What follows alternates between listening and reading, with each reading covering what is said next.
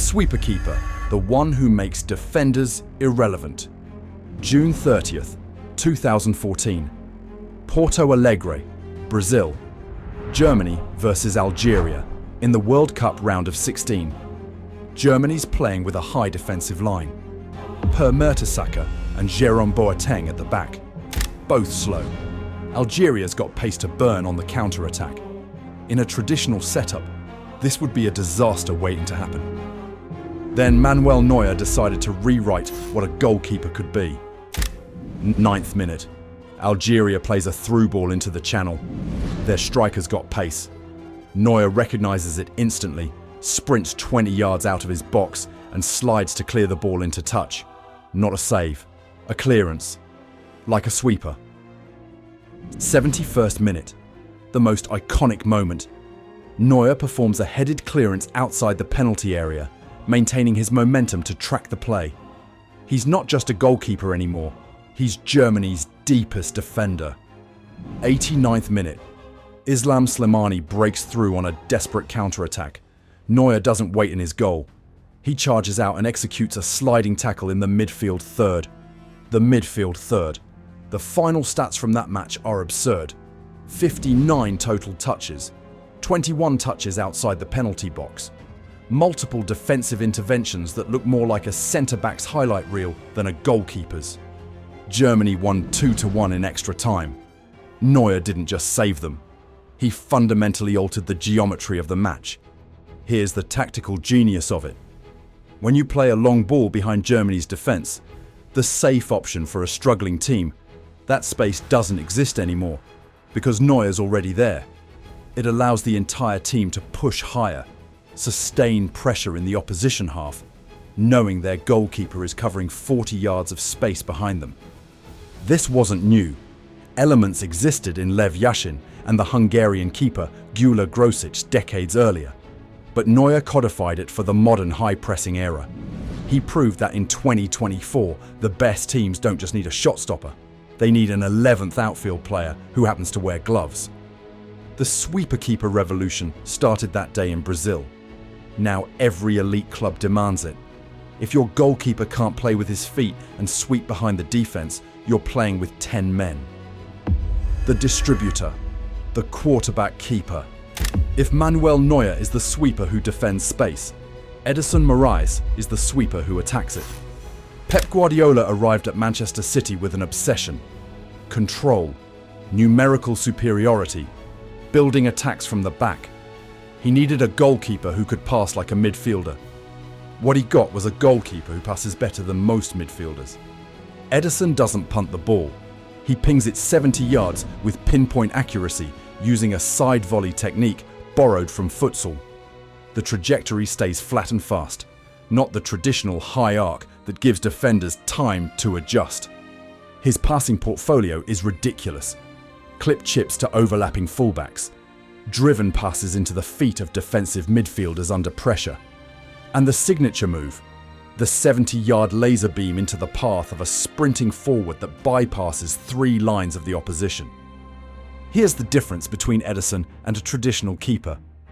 A traditional keeper sees pressure and goes long for safety. Edison sees pressure and thinks, how can I turn this into a counter-attack? Watch him during a match. Opposition striker charging him down. Most keepers panic.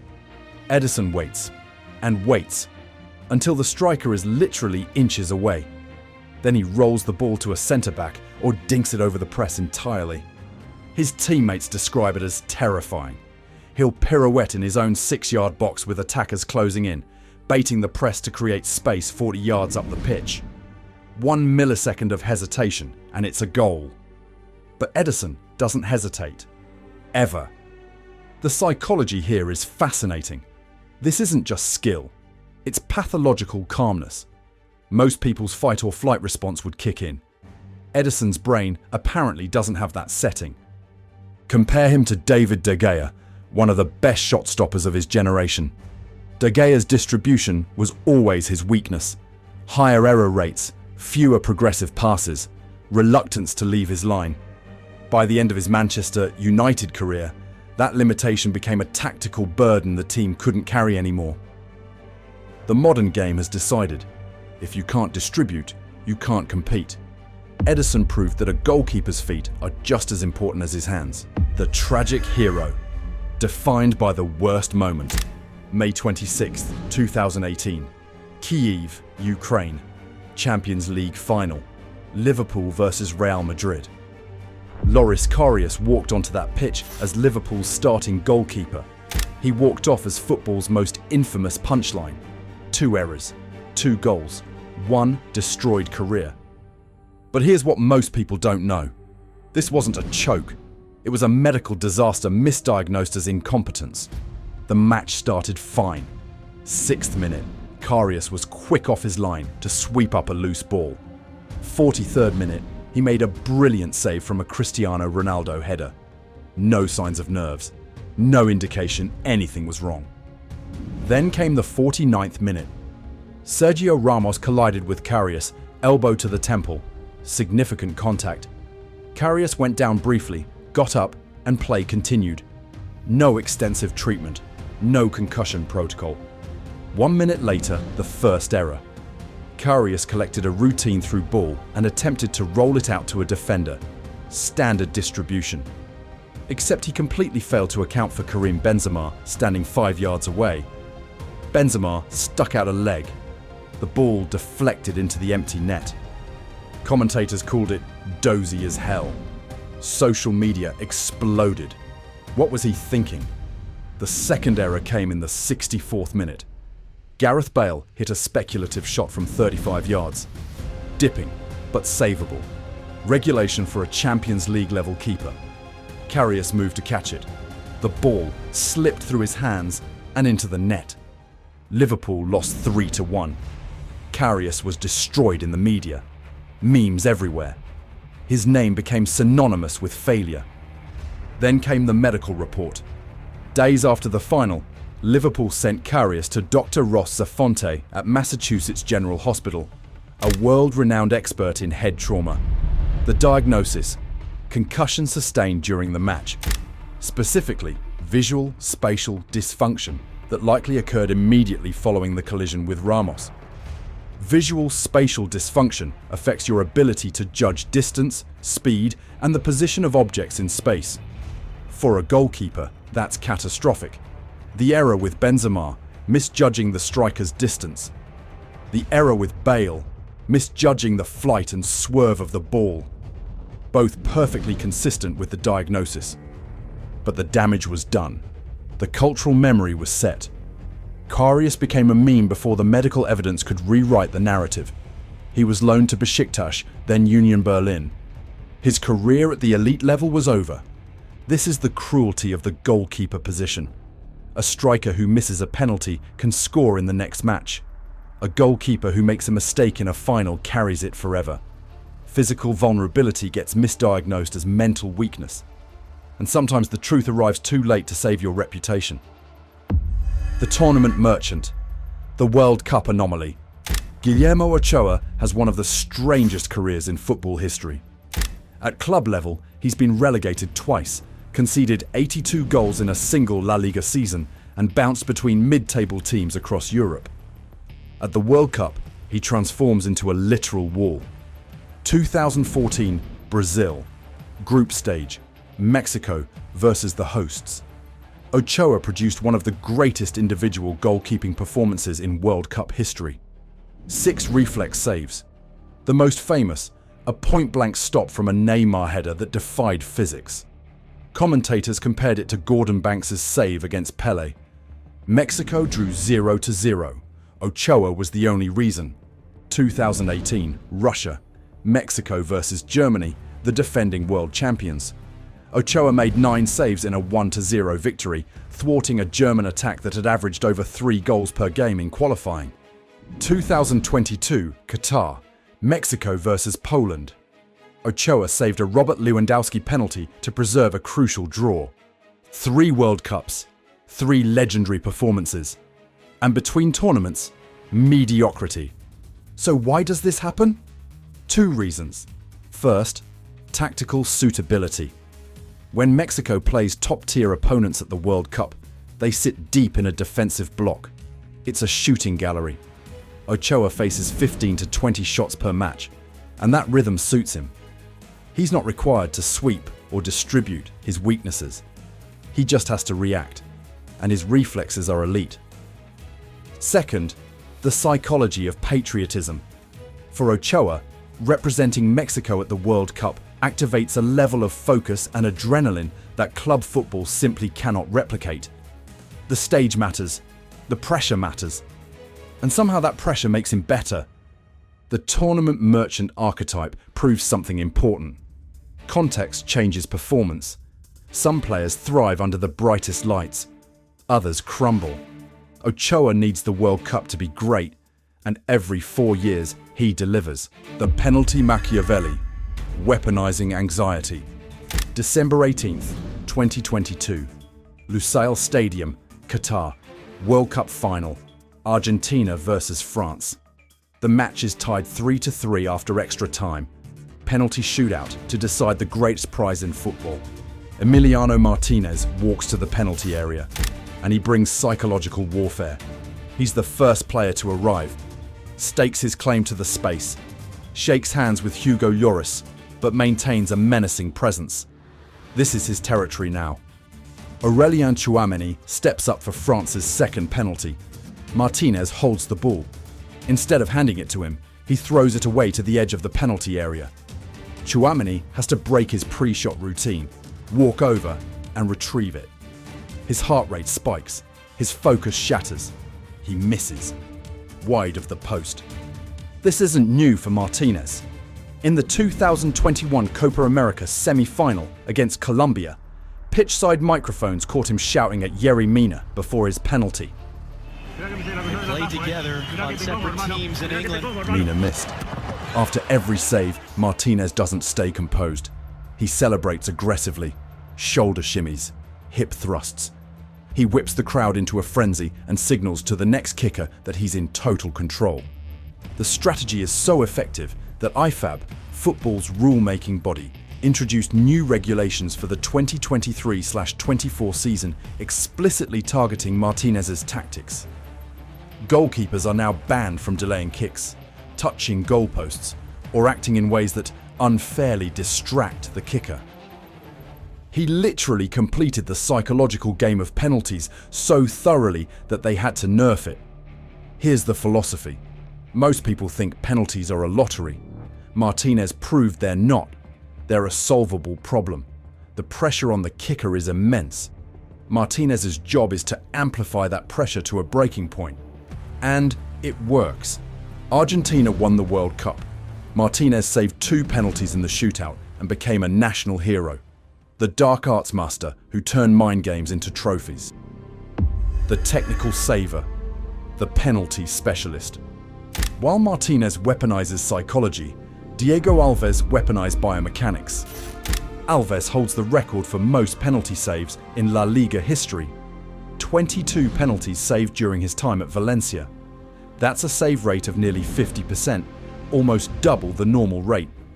His victims include Cristiano Ronaldo and Lionel Messi, the 2 greatest goalscorers of a generation, both denied by the same man.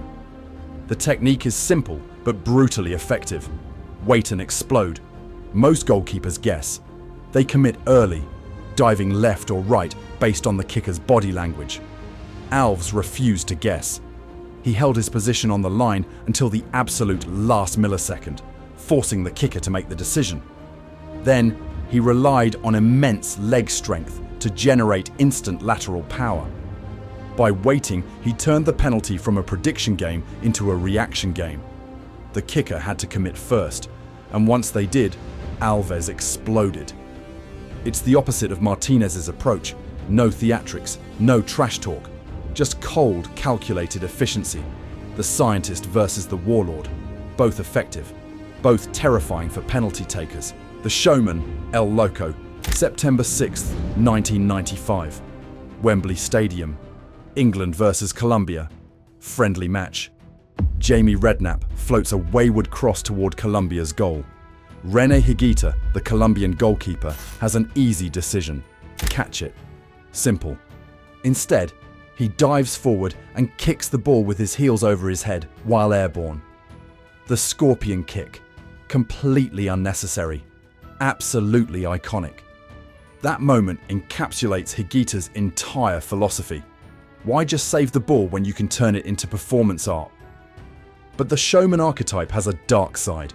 The 1990 World Cup round of 16. Colombia versus Cameroon. Higuita attempted to dribble past Roger Milla near the halfway line. Milla dispossessed him and scored into an empty net. Colombia were eliminated. This is the eternal counter-argument to the ball-playing keeper. When the risk calculation fails, it's fatal. And it's never just a mistake. It's a humiliation broadcast to the world. Higuita represents the goalkeeper who refuses to be caged by his position. He wanted to entertain. He wanted to be remembered. And he succeeded. But the price was steep. The striker keeper. The dual threat. Jorge Campos stood 5 feet 9 inches. Absurdly short for a goalkeeper, so he compensated by doing something no other keeper has ever done. He played as a striker. Not metaphorically. Literally. Campos would start matches in goal. If his team needed a goal, he'd switch positions in the second half and play as a forward. He scored approximately 35 career goals. In his first season with Pumas, he asked to play as a striker to get game time. He scored 14 goals and contended for the Golden Boot. The next season, he won the championship as the starting goalkeeper. This is the frustrated striker archetype taken to its logical extreme. While Edison acts like a midfielder, Campos actually had the finishing instinct of a number 9. He also designed his own kits, hyper-colourful neon nightmares that looked like someone spilled a paint factory on a jersey, but they were iconic. You couldn't miss him. Campos proved that the rules of what a goalkeeper should be are negotiable. If you're talented enough, you can rewrite them entirely. The sniper, the goal-scoring goalkeeper. Rogerio Ceni didn't play as a striker. He didn't need to. He scored 131 career goals from goalkeeper, 61 free kicks, 69 penalties, 1 goal from open play. In 2005, he scored 21 goals in a single calendar year. That's a higher return than many starting strikers in elite leagues. Ceni wasn't taking free kicks for novelty. He was statistically the best option on his team. He practiced tirelessly, developing a technique with dip and curl that allowed him to score against elite opposition in the Copa Libertadores. This is the ultimate specialist. A player so dedicated to one skill that he became better at it than anyone else on the pitch, despite playing in goal. The Guinness World Record for most goals by a goalkeeper will likely never be broken. Ceni's 131 stands alone as one of football's most absurd achievements. The wall. Boring perfection. Ian Oblak doesn't make highlight reels. He doesn't need to. In the 2015-16 La Liga season, Oblak conceded only 18 goals in 38 games. He kept 24 clean sheets. His positioning was so precise that he rarely needed to dive. He'd take small steps to adjust his angle, arriving at the exact coordinates where the ball would be. It looks like magic. It's actually mathematics performed by someone who's mastered geometry. Oblak is the anti-showman. No drama, no sweeping, no mind games. Just elite, consistent shot stopping. The boring keeper who wins titles through reliability. While Hollywood keepers make spectacular saves, Oblak makes the spectacular look routine. And that's the highest compliment you can give a goalkeeper. The Hollywood keeper. The camera save specialist. Jordan Pickford is 6 feet 1 inch. Relatively short for a Premier League goalkeeper. To compensate, he uses explosive, arcing dives and the top hand technique, reaching across his body to cover the top corner. Critics call it showboating. Biomechanics experts call it necessity. When Pickford dives, it looks dramatic. Arms fully extended, body horizontal, maximum effort. What looks like a Hollywood production is actually a shorter keeper compensating for lack of height. The debate around camera saves misses the point. Some keepers make saves look easy because they're tall and well positioned. Others make saves look spectacular because they have to work harder to cover the same space. Pickford's high-energy, frantic demeanour reinforces the stereotype. But the results speak for themselves. He's been England's #1 for years. The theatrics work.